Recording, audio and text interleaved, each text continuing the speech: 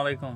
এই যুবকেরা, এই ছেলপল যারা আসছো আমার ভিডিও দেখো, তারা কখনোই যৌতুক নিয়ে বিয়ে করবা না, ঠিক আছে? একদমই না, একদমই না, একদমই না, একদমই না। কেন বলছি? দাঁড়াও, এই যে ভিডিওটা দেখো একবার।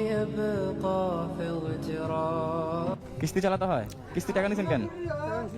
একটা মেয়েকে বিয়ে শাদী কার বিয়ে ছোট বিয়ে থেকে দিছেন? বড় করতে ও মেয়ের বিয়ে দিছেন তাদের কিস্তি টাকা নিয়ে? কত খাওয়া টাকা? দাওয়া, লেখাপড়া খরচ যাবতীয় একটা বাবা তিন বহন লক্ষ করে। টাকা মেয়ের বিয়ে দিতে কার 3 লাখ জন্য? 3 লাখ টাকা লাগে? একটা ভালো হ্যাঁ, ছেলের হাতে তুলে দিবে দুই তার মেয়েকে একসাথে জন্য। বিয়ে দিছেন?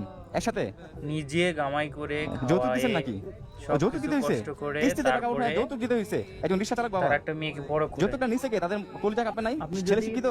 সেরকম যদি আপনার মেয়ে বিয়ে পাস, তো মেয়েকে পড়াশোনা করাইছেন, ব্যক্তিত্ববান বিয়ে মানুষ পাস হয়ে করাইছেন, থাকেন, তারপরে যৌতুক দিয়ে বিয়ে সেরকম দিতে যদি হইছে? বোঝেন, একটা মধ্যবিত্ত ফ্যামিলির বাবা যে পরিমাণ কষ্ট করে থাকে একটা মেয়েকে বিয়ে দেওয়ার জন্য, সেটা একমাত্র সেই জানে। হ্যাঁ, কারণ এই ভিডিও দেখেন, দেখলেই বুঝতে পারবেন যে কি পরিমাণ কষ্টে তিনি আছে, বাট মেয়েদের সুখের জন্য 3 লক্ষ টাকা দিয়ে বিয়ে বিয়ে দিছে, কিস্তির লোন তুলে, যেটাকে কিস্তি বলে। তো যে নিছে তাকে আসলে বোঝা উচিত ছিল, তার কলিজার টুকরা মেয়ে তোমার হাতে দিয়েছে, তোমার এটা ঠিক হয়নি। টাকা নেও, তোমার বোঝানো উচিত ছিল যে এগুলো করার আগে যদি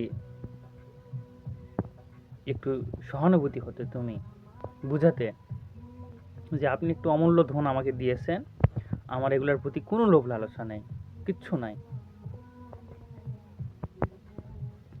ভিডিওটা দেখে আমার আমার এতটা খারাপ লাগছে যে মনে হলো যে আপনাদের মাঝে একটু শেয়ার করি আমি ভিডিওটা।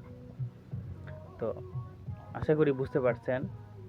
আর আমরা যারা আছি তারা কখনো এরকম কোনো ধরনের কাজ করবো না, এবং যৌতুক নিব না, দিব না, একদমই না, এটা করা যাবে না। হ্যাঁ, তো ভালো থাকেন সবাই, এবং আশা করি আপনাদের আল্লাহ হিদায়াত দান করুন। আমিন।